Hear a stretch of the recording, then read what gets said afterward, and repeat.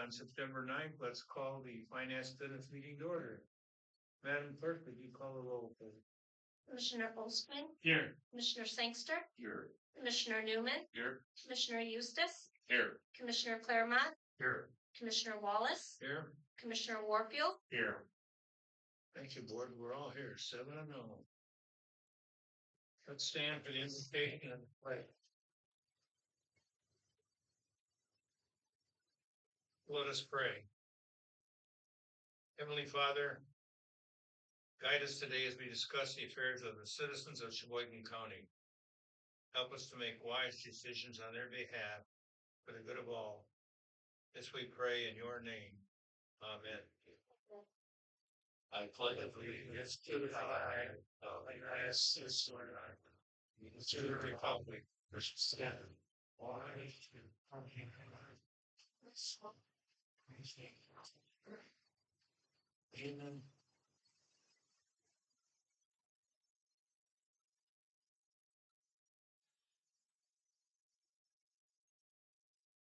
We're down to item 4 on the agenda. How about a motion to approve it?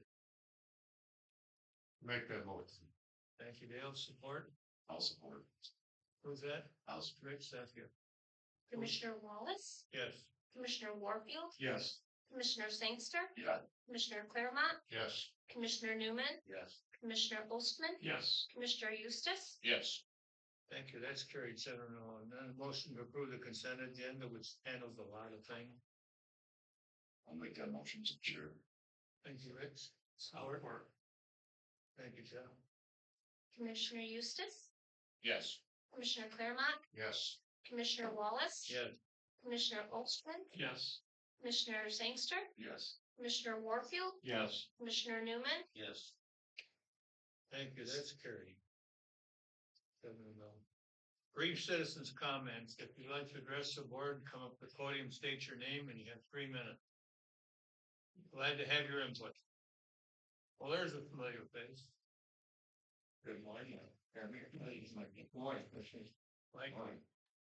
I'm Mike Donovan. I'm here to inform you that I'm representing the Veteran Park Committee, and we are officially no longer a 501c3. We are disbanding our committee on the park, and we're turning it over to you. And hopefully, the park has come a long, long ways. And I'd like to have these 4 people stand up, Please, yeah. please. This is part of our committee, and they have worked numerous hours and hard to get the park where it is right now. Let's stop right there.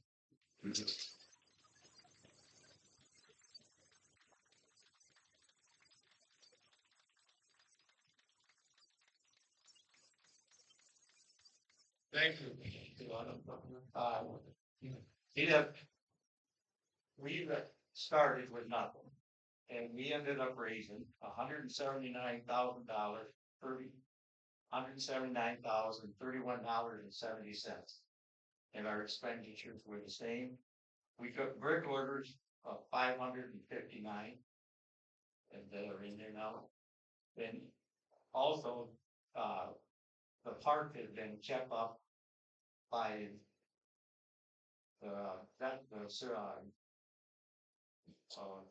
I guess the maintenance department of the county, and it's very, very good shape, and we appreciate that. We'd also like to bring to you that due to the numerous amount of money that was donated with labor with no cost at all, the mat in Tracy Barber and the Cheboygan Cement, we have never been able to even do it. I would like to see the county commissioners actually give them a certificate of some kind, because I think they well deserve it. We can't do this second. And like I said, we were pretty much done with everything in there. There is nothing that we can think of. So it's great. Thank you. You've done great work. Thanks so much. Thank you. And also, what you, people here don't them. If it wasn't for Sarah keeping us in line, we would have never.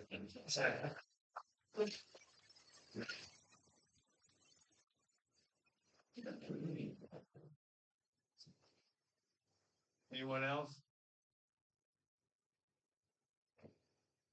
Okay, let's move down to scheduled visitors.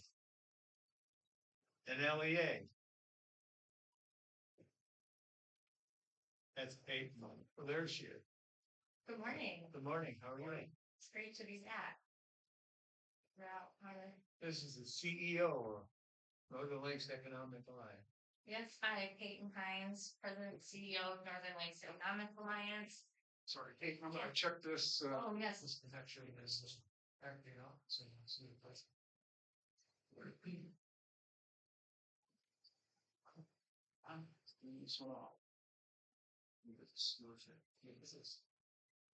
Okay, Okay. I'll try that now. I believe the last time we were here was in March, and so we wanted to just come in front of the board again and share an update on the work that we've been doing so far in 2025. And of course, we have opportunity for any questions you might have, as well as any recommendations or suggestions you might have for how we can continue to better serve the businesses and communities of Cheboygan.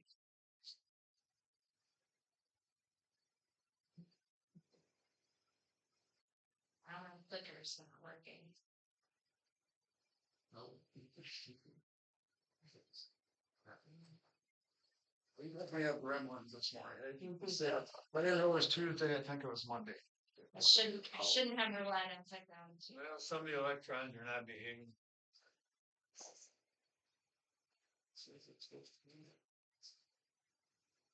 Oh.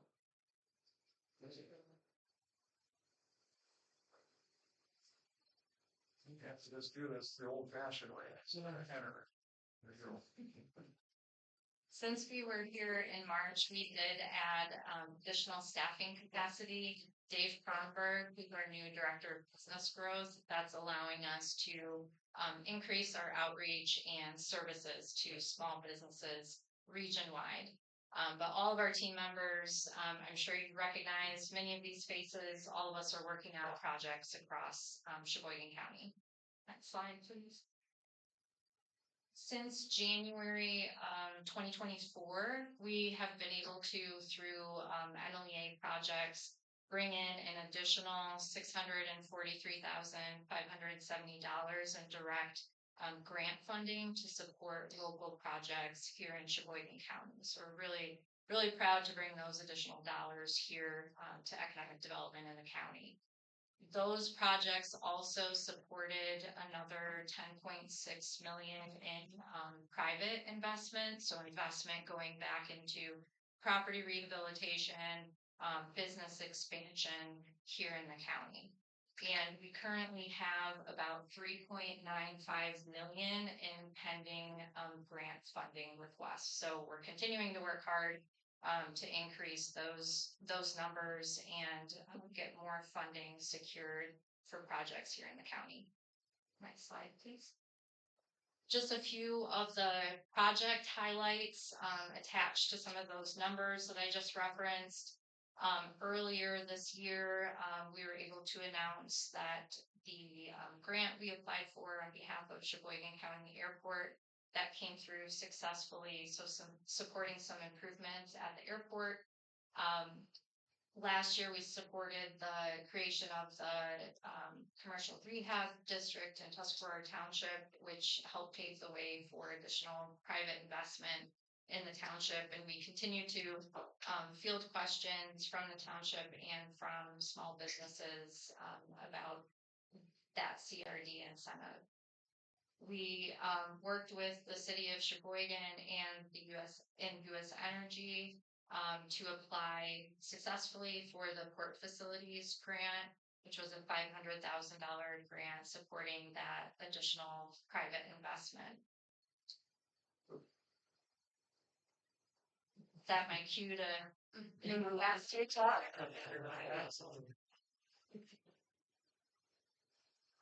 We also supported the the former family video renovation project, supported the Cheboygan Commons project in applying for the Eagle Brownfield assessment, which came through, as well as providing some data support to the project team.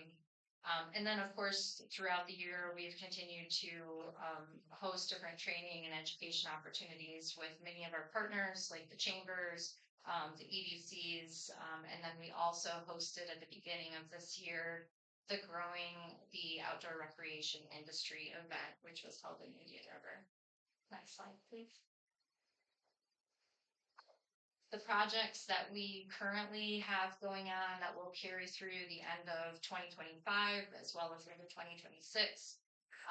Within the category of site readiness and infrastructure, continuing to support work at the Cheboygan County Airport. We recently submitted a state appropriations request, and thanks to Representative Cabot, who invited us to provide testimony on that project. That is still something in consideration. We're hopeful that perhaps additional funds can come through to support improvements at the airport.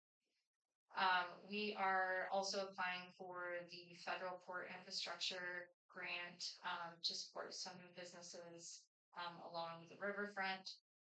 That actually is getting submitted hopefully today or tomorrow, and then we'll wait hopefully for positive news on that opportunity. Continuing the strategic site readiness program work that we've spoken about before.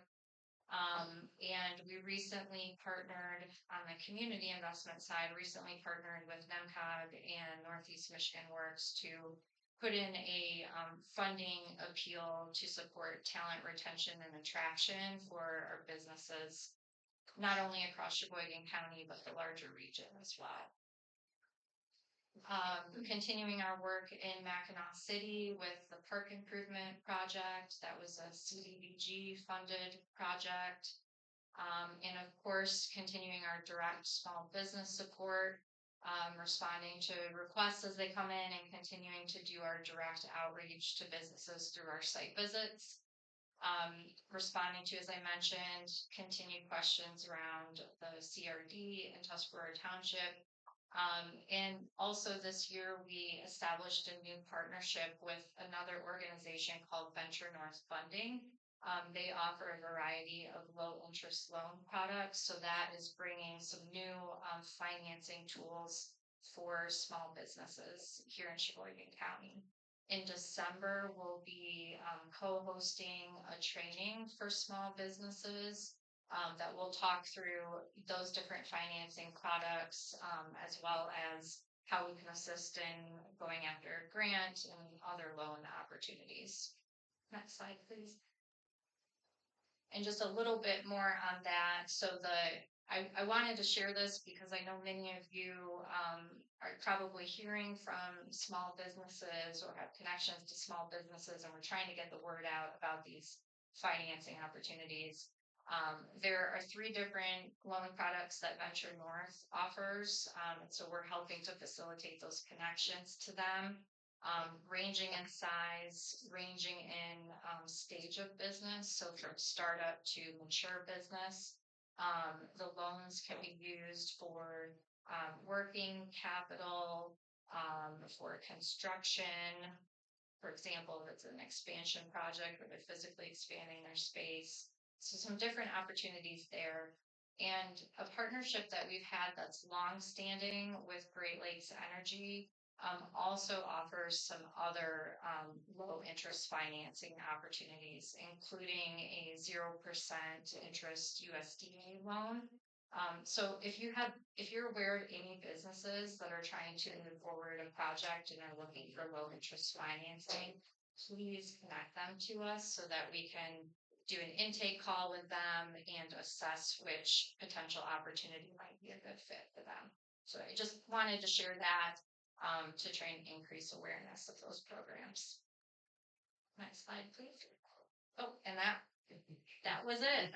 Just wanted to share some of those project updates, a little bit of what we have going on, and leave opportunity for any questions or again, any suggestions you have for us to continue to better serve businesses and communities across the county. So thank you very much. Can't beat 0%. You can. That's the most popular one. Any Thank you. questions for me? Good, anything? Jeff Osman has a question. Can you expand on how did you help the video? What you? We supported the site plan review, working directly with the city to help navigate that process so that they could explore the different renovation opportunities for how to repurpose that site. Mhm. Okay. You mentioned Venture North. Is that a private financial institution? They're another 501c3. They're called the CDFI, Community Development Financial Institution. It's a special qualification that they have that opens them up for to offer different and more expanded low interest financing opportunities. There are some of their loans that are restricted to certain census tracts. What the federal government has labeled as more distressed census tracts. A large portion of Cheboygan County is covered with those census tracts, but it's not entirely limited to those. Right. Any other questions? Thank you so much. Thank you very much. Appreciate your time. Great to see you again. Thank you.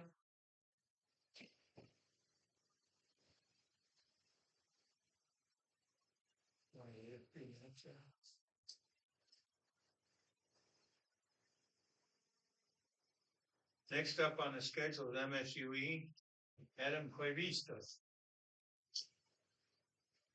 Good morning. Hi, Adam. How are you? Good. How are you? Great, thank you. Folks, there's hard copies here of our annual report if anybody wants one. And I assume you all have it on your iPads. Yep. Okay. Well, thanks for the opportunity to present our annual report. As usual, I plan to just kind of highlight a couple things for you in the document. My name is Adam Floydstow. I'm the district director for MSU Extension. With me today, I have Katie Carr, program instructor in early childhood development, and Samantha View, who's our office manager. And there's a few members of the team that aren't here today as well. I'm going to start off by having Katie do a programming update in her area, and then I'm going to highlight a few other things in the annual report that I want to make you aware of, and then, of course, answer questions as well. So, Kate? Sure. Yeah. Hi, Kate. Hello, good morning. Good morning. So as Adam said, my name is Katie Parr. I am a program instructor on the Child and Family Development team for MSU Extension. Through that, I do programming both for professionals within the early childhood field, as well as parents who might need any type of certificates. Sometimes for continuing education credits, or sometimes parents who need certificates for front of the court, or sometimes they just like to get new tips and strategies for parenting. I've also been able to, I just want to focus on a few highlights of some programming that I've done. One of the biggest highlights is there's a lot of interest in some babysitting classes. So, which is one of my favorites because I really enjoy working with the youth. And they get to participate in getting babysitter certified. And through that, they learn about child development. They learn about how to engage with kids, how to entertain them, and the safety and nutrition. And then we also talk about the business of babysitting, so that when they leave the course, they feel confident to go out and be caring, confident, capable babysitters. And they also get first aid and CPR certified, which a lot of our families love to have. So that's been a really great program, and a lot of kids have had a lot of interest in that, especially here in Cheboygan County. Just this summer, there's been over 30 to 40 kids who have participated and gotten certified in that within the county. The other one I wanted to focus on was Family Fun Day, and I do that in partnership with the Cheboygan County Child Advocacy Council. And I had the privilege of chairing the event. We had 19 organizations participate. It's kind of a kickoff during Fair Week. We use the Quonset hut, and it's a great time for families to come and participate in a lot of different activities and get family resources that are needed. And through fundraising efforts, we were able to have enough funds to provide almost 60 kids free ride bracelets for the fair, which I think is really helpful for families because it can be a little expensive for families to take their kids to the fair. So that's one of the things we really like to provide. The other thing is really working in the schools. This summer, we were able to do a day camp with Cheboygan schools, working with the 6th through 8th graders, which was great to do a day camp for them. And yeah, so that's primarily what I do, and I will pass it back on to Adam. Thank you. Okay, Jessica Wadorski, our 4-H program coordinator, couldn't be here today due to a family wedding. But I did want to highlight some things in the 4-H program that I think you should be aware of and some things that we're really proud of. First off, the program continues to grow. In the last year, Jessica recruited an additional 45 volunteers for the 4-H program. Being a 4-H volunteer is a process. It involves a heavy screening process, application process, background checks, all the things that we need to safely run a safe 4-H program. And Jessica recruited an additional 45 volunteers this year. So we've got 65 adult volunteers now in the county. That's kind of exponentially growing the options for 4-H. There are a number of different programs that have started, and the program just continues to grow. It also demonstrates the dedication of the local community to the 4-H program, their willingness to participate and dedicate their time so that the youth have safe and educational programs to attend. So you can see in the annual report, there's an example of a lot of the different types of activities that they do. These are many different touch points during the year. So the kids in the 4-H clubs are meeting weekly, sometimes twice a month, depending on the different clubs, but it's all year. And then there are some large events that the 4-H program offers as well. So some kids go down to campus, for example, for a few days each year at 4-H Expo Days. And this is an opportunity for them to go spend time on Michigan State's campus, live like a college student, see what it's like to be on a college campus. They move around to different class opportunities. And that's just an example of the type of kind of larger programs that 4-H offers that kids can take advantage of. There's also national opportunities where they can go to Washington, D.C., for example, and learn about Congress and meet with Congress people from our area and kind of just learn about the whole process of our government. There's also a similar statewide program where they go down to the state capitol and do that. And the 4-H program offers scholarships to help families pay for that so that it's not an undue burden for people that want to participate in those type of programs. So we're really happy to see the program continue to grow. And that's just one thing I wanted to make you all aware of, because Jessica's really made some strides in the last couple of years of just continuing to put out quality programming, and it just starting to snowball. They keep doing more and different things for the kids in Cheboygan County. Another thing that I wanted to highlight was some of the ag programming updates. So I was looking at the data for 4-H or for agriculture programming in Cheboygan County, and what I see is a lot of people are taking advantage of our online agriculture classes. This has been trending up since the pandemic, but there's a wide variety of ag classes that folks from Cheboygan County have attended. Everything from how to be a beginning farmer to very specific programs related to what they're trying to do. For example, starting a vineyard or advanced viticulture for those who have a vineyard that maybe want to do some professional development for themselves so they can get better in their field. We offer those classes in all forms of agriculture, so that works well in this area because it's such a diverse agricultural offering. There's something for everybody that wants to be involved with that. And then the in-person programs are still popular as well. So for example, this Thursday in Hillman, there's a soybean field day. And what those are is, in this case, soybean growers generally are the ones that attend that. But they're looking at, they have multiple different kinds of soybeans planted. They're testing a number of things, including this one has a research project on different kind of fencing to keep deer out of fields, trying to do it in a inexpensive way, trying some new things. So they're going to show that research. And they're also going to look at many different kinds of soybeans growing in this field and seeing which ones do the best scientifically from in this area. So that research we publish every year, and that's what a lot of growers use to determine what to buy for seeds, what kind of plants. So they don't have to make a 40-acre investment on something that they're not sure is going to grow well. They can see through the research and then make their decisions. There's a lot of other things in our annual report, but as usual, I know you all read through those, so I don't want to go through everything, but I did want to offer the opportunity for any questions or anything you want to know more about. That's an old master partner. I don't. Yeah. I do just have a comment.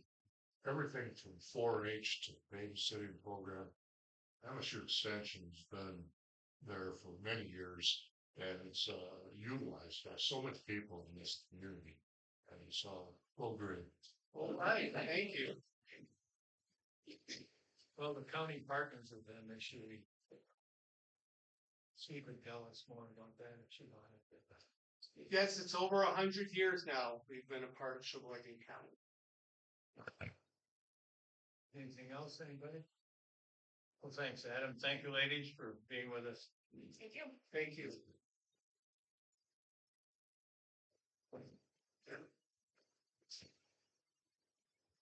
Planning and zoning, that? Yeah, building safety for me. Oh, sorry. That's all right. We're ahead of that thing. Yeah. That's D. That was 7D. Okay. And I'd like to follow up on it. My son was in 4-H and involved in chicken farming for years, and what a wonderful experience that was. And we have a great program in our community. So Good comment. kudos to them. So is this working? Hopefully. All right. All right. Perfect. Okay. Well, good morning, commissioners. Nice to be here with you again to give you the annual report. This time for 2024. Apologies in advance. This is going to sound a lot like the report from last year because it is a lot like the previous year. We've had 3-4 really similar good years. So I know most of you know me, but my name is Matt Kronk. I'm the director of the Building Safety Department. I've been with Cheboygan County since 2010, when it was the Community Development Department, and moved in as the building official in 2013. And it's really an honor to serve you in that capacity and serve my community in such an important capacity. So I thank you all for that. I know I have quite a bit of info in the report, and I won't go through all that kind of stuff, but I do have a few slides. Some of it repetitive, but I'll start with touching on some stuff that we talked about last year. Basically, how we get the codes that we enforce within the county. And that is through the State Construction Code Act, which is Act 230 of 1972. And prior to this act, municipalities, counties, townships were all able to utilize whatever code they decided to use for construction code. In 72, they created this blanket code, which means that the code that we enforce in Cheboygan County is the same code that they enforce in Emmett County, is the same code that they enforce in the city of Detroit. So it's uniform throughout the state, which is a good thing. It allows for contractors to be able to rely on what should be done in the field and move from county to county, things of that nature. So how do we get these codes? There are model codes out there such as BOCA and the International Code Council codes. Those are drafted typically every 3 years, and the state of Michigan has a committee which adopts those. Now, I know last year I told you that we were having some trouble in the state of Michigan, and they had not adopted a code in several years. In fact, we were on the 2015 code. The previous year, I thought they were going to adopt a new code, and they didn't. And then last year, I thought they were going to adopt a new code, and they didn't. And this year, I can tell you there's been some success. They have, in 2025, adopted a code, albeit the 2021 code. It's a little bit late, but we do have a new code. So we have a lot of new information to promulgate to our contractors in the field regarding that code. But on the other hand, we were also supposed to have a new residential code. Unfortunately, that is tied up in court. It was supposed to go into effect in August, and the Home Builders Association in the county, but in the state of Michigan, has filed a suit. So there's a stay with that. So I can't tell you. I assume that will still be adopted at some point, maybe with some revisions, but we should have a new residential code soon. So just very quickly looking at codes, the main codes that we do have.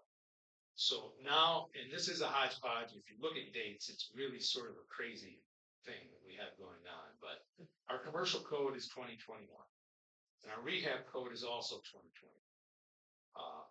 We have an accessibility code, which you would probably recognize as an ADA code at the federal level. We're referencing the 2017. And for residential codes, we're still at the 2015 codes. We enforce plumbing codes. Plumbing codes are at 2021 levels, and residential plumbing codes at 2015. Mechanical codes are now brought up to the 2021 date, and they reference fuel gas codes in 2018. Residential codes, obviously, at 2015. We haven't moved on. Same thing with electrical. We have a new 2023 electrical code. That's the National Electrical Code that we enforce. And our residential electrical code stays at 2015. We have a new international fire code. That's something that's referenced with the new 2021 Michigan Building Code. Several fire suppression codes and several fire alarms. And finally, this is typically a big one in our state, energy codes. And I think this may have something to do with the suit that the home builders have filed. The feeling being that energy codes have maybe come to the point where it's ineffective cost-wise because they are fairly substantial, but they are in effect for the Michigan Building Code regarding commercial buildings. And for now, we will stay at the old numbers of 2015 for residential. In addition to that, there's just hundreds of codes that we enforce, from log structures to swimming pools, and those are all referenced by the Michigan Building. Okay, we'll start moving on to some permit statistics here.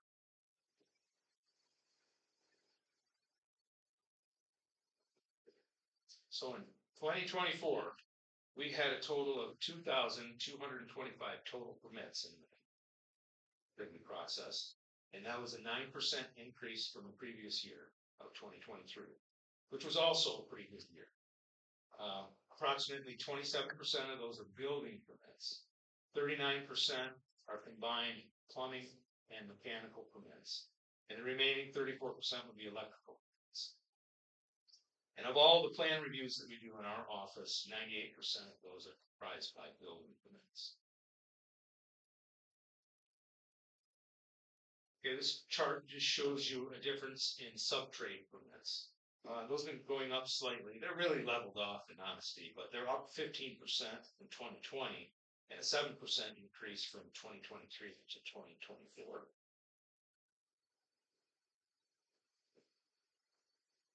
Okay, and this chart shows us building permit comparisons by the type of permit. It basically shows us what type of construction is taking place within the county.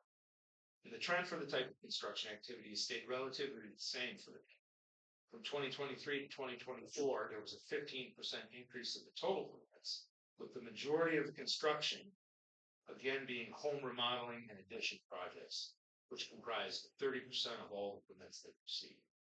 That's followed by storage buildings, which are 17% of all the permits we receive. And 13% of all the permits we get are new residences.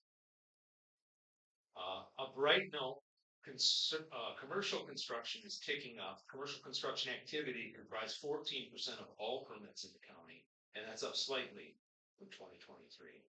And then all other miscellaneous permits, can't read from there, but demolition permits, sectional, informational inspections, mobile homes, things of that nature, that comprise 26% of all. And this is my final chart, but typically the most interesting because this shows the total value of construction. So a lot of times you can have a low number of permits, but a very high valuation of those permits, or else you can have tons of permits with there lots of decks, things that don't cost a lot of money to build. So what this shows is a continuing robust construction activity in the county. The total value of construction in 2024 is just about $64 million. It's a slight decrease from 2023's total value, which was $66 million. Breaking it down a little bit further, commercial construction values increased 11% in the county from 2023, and residential values fell slightly by 8%. If you look at the trend, though, you look at the last 4 years, we're basically looking at $50 million of constructive value every year. So to sum it all up, we have a continued substantial construction activity year to year in the county, in both the number of the permits and the overall value of the projects we see. We have a bit of an increase in permit totals, and an increase in inspections comes along with that. So our staff is pretty busy. We are a very busy office, but the great news is we have stable staffing. We have people on board that have been with us for some time now, know their jobs well, do their jobs well, and we've been able to handle this influx of good activities. One of the things we're continuing to do is we continue to work with the zoning department to try to realize any efficiencies we can have as far as inspections in the field, with our inspectors being certified to do soil and sedimentation inspections for that department. We're able to do setback inspections for them as well.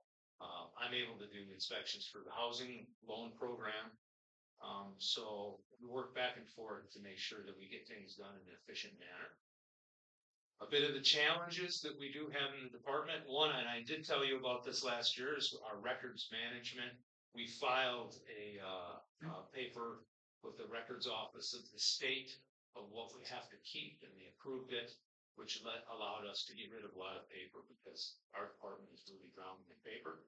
So this last year, we went through the process of getting rid of all the old building permits that we don't have to hang on to anymore. And that's been really a great relief in our particular office, but we still have a lot of paperwork that needs to be stored for the long-term future, mostly commercial buildings for the community. So Jeff and I, that's one of our projects that we need to work on somehow to find a home for all of that stuff. So we're challenged by that. What else did I have challenges? That's something else. I guess it wasn't that big of a deal. How about the cost of building? What's the sprinkler cost of those? Residential. Really don't know. Sorry, I think you asked me last year and I didn't know then, and I can tell you it's very high. Yeah, right. It's all depends on quality. how Fortunately, far you wanna go. right, yes, yes. It's, you know, what we used to see as the $200,000 residential home being a higher end home is no longer, it's, Yeah. Most, to build a new home here, most people can afford the money. it's true. It's true around all part of this. Yeah, and I think and I don't have proof of it, but it seems to me that we do have an influx. There's a lot of people that are moving to the area. They're building and they're coming from areas where the values are different from us. So, we're seeing really good investment, but for the local community to build and find housing, I can see there's really an issue of dirt housing and the cost is exponential.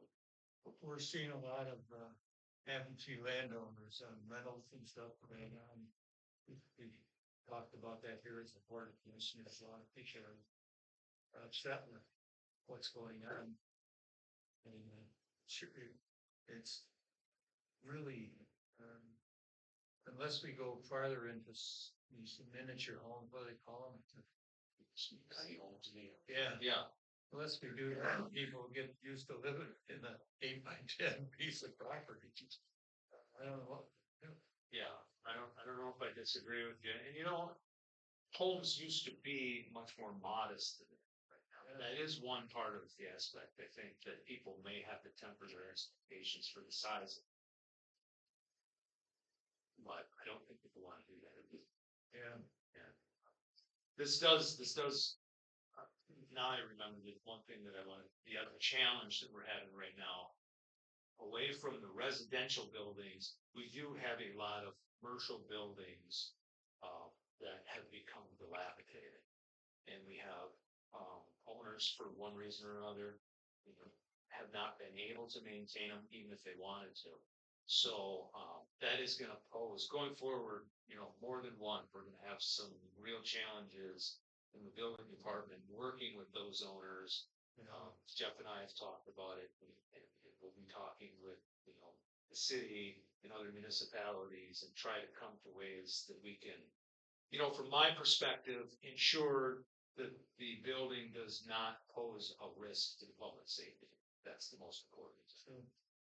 They may be issues of light that stand for some time, but the building safety department and the building code requires us to do some sort of semblance of safety.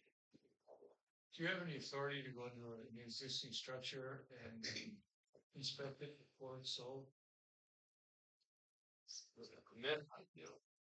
Or it can happen if I believe there's a life safety.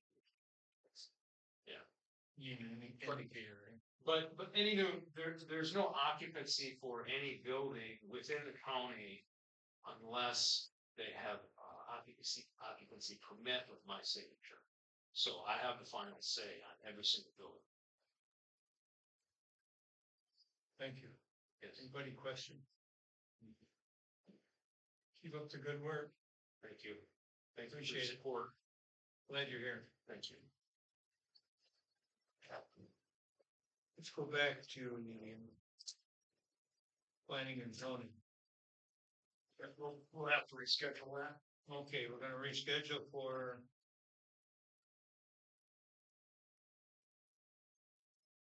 fill the table at first. Is that correct, Jim? Yeah, we'll just reschedule it staff wise. Okay. Look at our agenda. You'll see, strike it from the agenda in your schedule. Finance director's report. See, she's here. Page 108, the revenue and expenditure report for July. Revenues of July 31 of 25, $2,905,222.62, or 18.75% of the budget, as compared to the year prior, $2,745,922.38, or 18.36% of the budget, which is an increase of $59,324. The revenue lines that are over 25,000 as compared to the prior year, 101,400,510 Stone Garden is down 25,000, and that was because of all the federal changes that happened. We had to pause using the overtime. They're starting to start it back up now. And then the other one is 100, 400, 678 insurance and bond reimbursement is down 43,000. And that is from MMRMA. The excess net assets were down as compared to the prior year.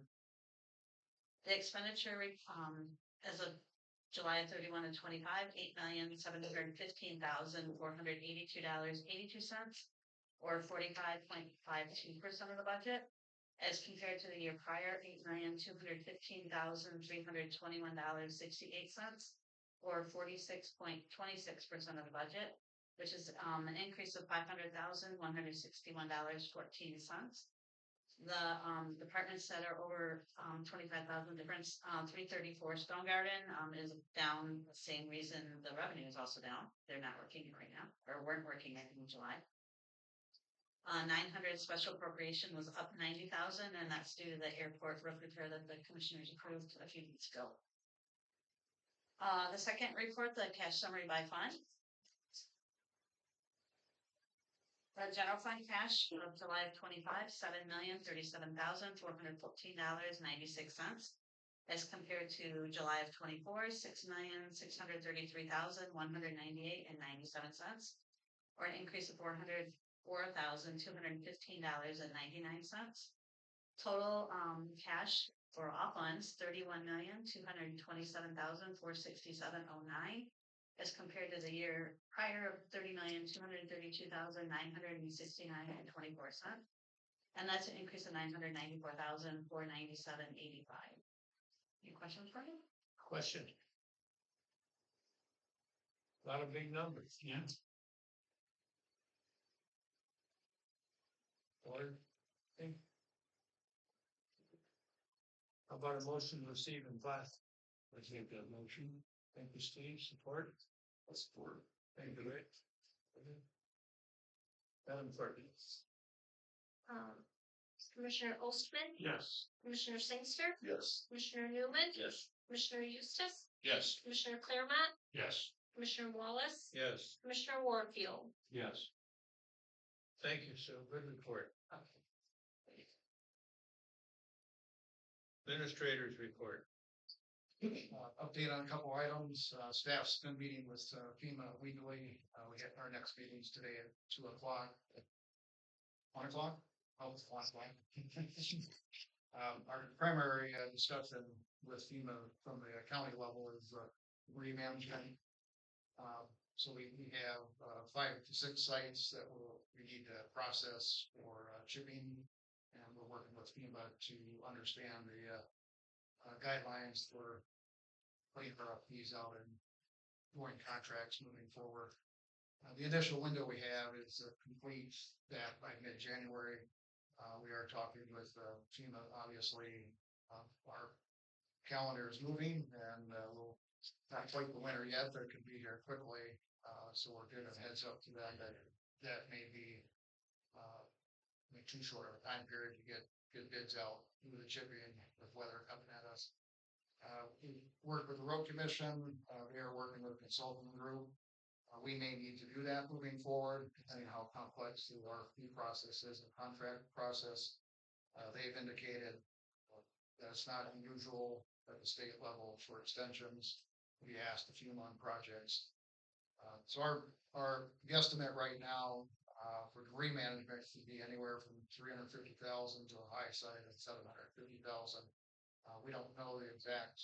We have general measurements, but until you bid a project out with market influence, that could be the range there.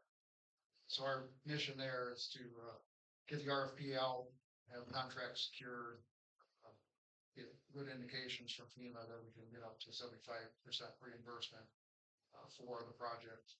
And we haven't heard any discussion out of the state of Michigan. There's been, I think, with the budget issues there. There's money on the table as far as trying to reimburse communities for some of the costs, but we haven't got any clear aspect that they'll participate in the other 25%. If that does occur, it's most likely, let's split that in half with us. In a perfect scenario, they pay for the 25% balance, but our expectation would probably be split in half with us. So all these things are moving on a weekly basis. Staff, Sue and Jeremy specifically, it puts more emphasis on that in this window right now for us to meet those deadlines. So we'll continue to move forward. If we need to sign agreement with a contractor to help us there, we'll inform the board moving forward with that. So as far as the some smaller projects, the generator project, generator is installed. We have what's called the load test coming up in the next couple of weeks. We'll test the full load of the building. We'll do a preliminary test during the day, and then in the evening, when almost everybody's gone, here we'll switch the load of the building and systems. Trying to double check to make sure the power's clean, and we're hopeful, knock on wood, someplace for our electronic system that doesn't cause that kind of problem. So once we're completed there, again, the mission was to run the building just like we're sitting here today. No disruptions other than the slight noise from the generator to run all our systems. And we will be selling a Jeep Compass from Construction Code 2019 with 110,000 miles here in the next couple of weeks on their online bid system. So that'll be coming out. So we've highlighted a few things. Happy to answer any questions. Anything could have mentioned? I have a question. Jeff, you were working with FEMA on the 75% reimbursement for overtime. Have you heard anything on that? Yeah, that's been submitted.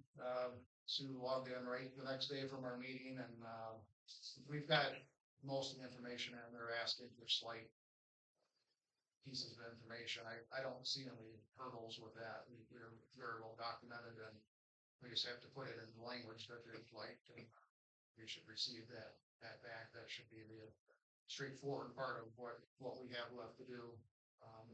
And that work things debris management will be the longer term road there. So that's the second question. Do you have a timeline or expectation from the state? Do we expect this to move by a certain date? Well, the funding for municipalities is available. You have to follow the procurement process. So we start here locally where procurement is, but we have to make sure we meet state and federal guidelines also. So theoretically, the money is available. It's been approved in Washington. The situation is when you have to, it's reimbursement. So we have to go through the whole process. We have to pass all the steps in that, and then we only know at the end whether it's truly going to be reimbursed. So we can ask questions, but we don't really get a direct response. Yes, 100% they're going to be reimbursed for this. You have to meet our guidelines. So for municipalities, the funds are there. What we haven't heard is any updates through the state on individual additional monies for individuals or utility companies. That's been appealed by the state of Michigan, but no word from FEMA where it's at in the review process. Thank you. We're supposed to have our costs in by October, I think 18th. So as far as the debris, I'm not sure how that's going to work with them, but I'm getting everything that actual costs. I've submitted them to them today, and hopefully at our meeting this afternoon they'll like my format or they won't like my format. You know, can you find from there?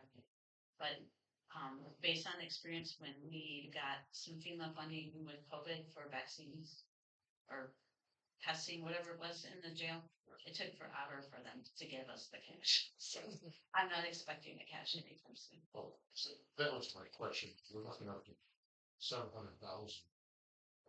Are you going to spend that before we? Yes, we have to spend it and get for reimbursement.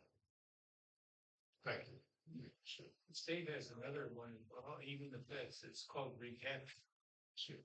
When they find that they can't balance their budget at the end of the year, they go back to the people who've allocated money to and take it back. And it's a really nice accounting system. But wouldn't you like to have that in your own checkbook? Yeah. Yeah. Okay, no committee reports, we'll handle that on new business. Nope, is there any old? Hearing none, we're back to business, senior millage 2026 appropriation. That's 115 on your iPad. The village appropriation committee met and we recommend that you follow it. Motion to approve the allocation of $610,000 from the senior citizens millage fund to the Cheboygan County Council on Aging, and allocation of $77,136.50 from the senior millage fund to the Wadham Senior Citizens Inc. So moved. Thank you. Support. Who's supported? 12 support. Thank you, Mike. Commissioner Ostman. Yes. Commissioner Warfield. Yes. Commissioner Eustace. Yes. Commissioner Sangster. Yes. Commissioner Newman. Yes. Commissioner Claremont. Yes. Commissioner Wallace. Yes. So that's cool. Full 7-0 board. We're funded again for another year of jail. Good to have you guys here. Thanks. You didn't have to come, but thank you for coming. Appreciate you being here. We're down to 12B Peninsula PFN, we call it Peninsula Fiber Network for Cabinet Easement 269 on Saturday.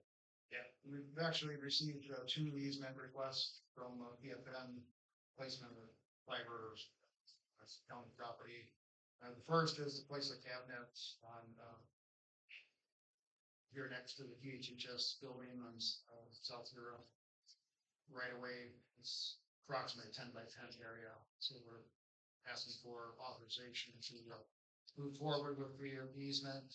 Once we get the draft in, legal counsel review that, and staff authorization to sign it. As far as the other easement request, it's would actually be downtown drive here. And it's a little bit more complex, going from Main Street over to Huron. And I would say we're in negotiations as far as putting that across the property.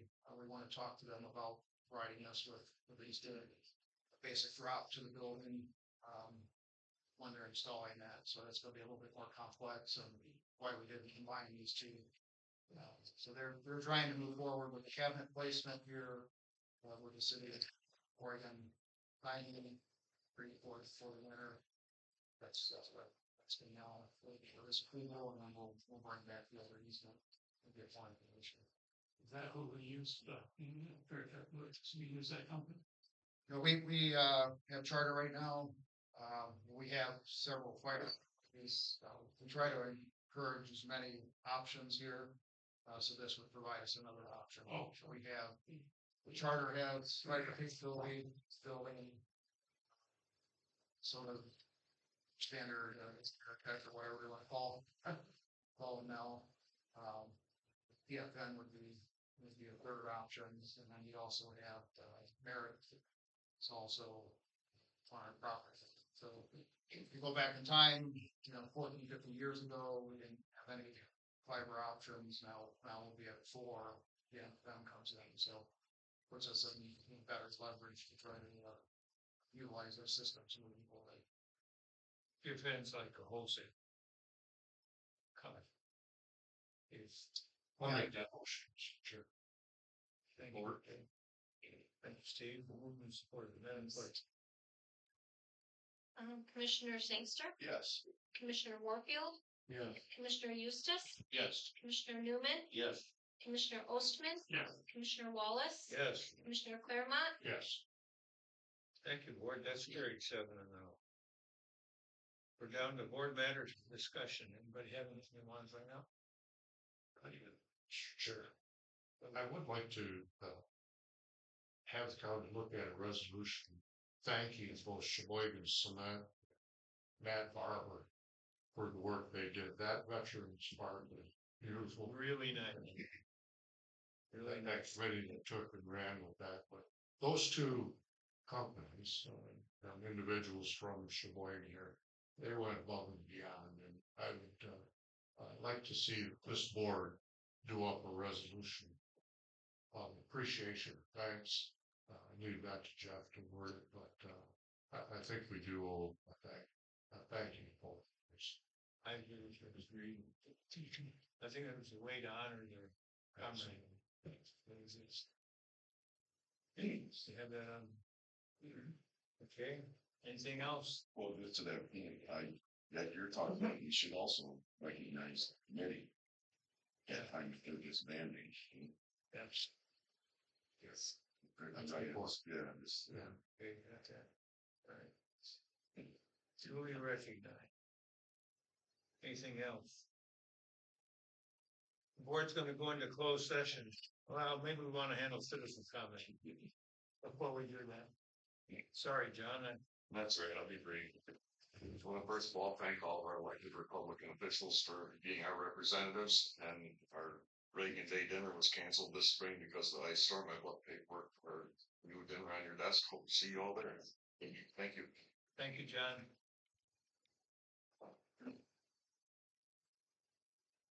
Bring one Under important comments, we need to Okay, the board's gonna go